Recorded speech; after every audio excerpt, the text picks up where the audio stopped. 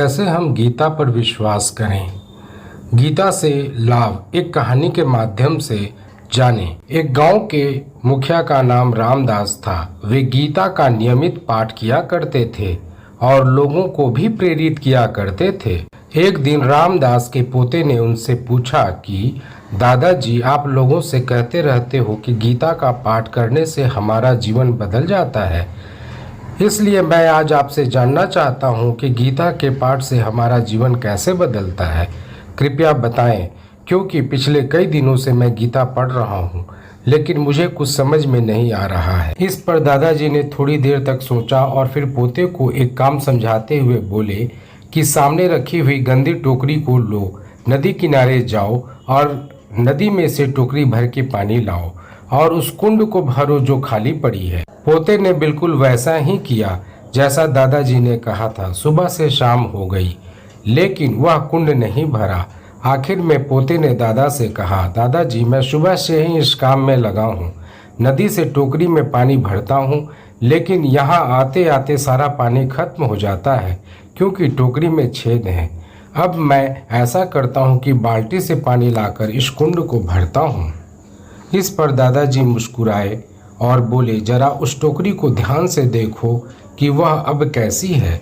इस पर पोता बोला, बिल्कुल वैसी ही है जैसी सुबह थी, लेकिन सुबह बहुत गंदी थी, अब साफ हो चुकी है।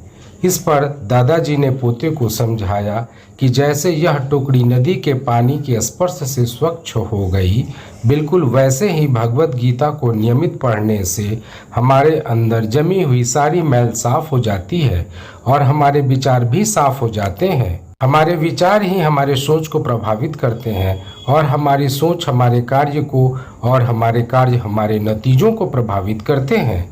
जिस तरह एक संगठन को चलाने के लिए कुछ नियम और कानून होते हैं, किसी देश को चलाने के लिए वहाँ का अपना एक संविधान होता है, बिल्कुल उसी तरह इस सृष्टि को चलाने के लिए एक संविधान है जिसे श्री भगवत गीता कहते हैं।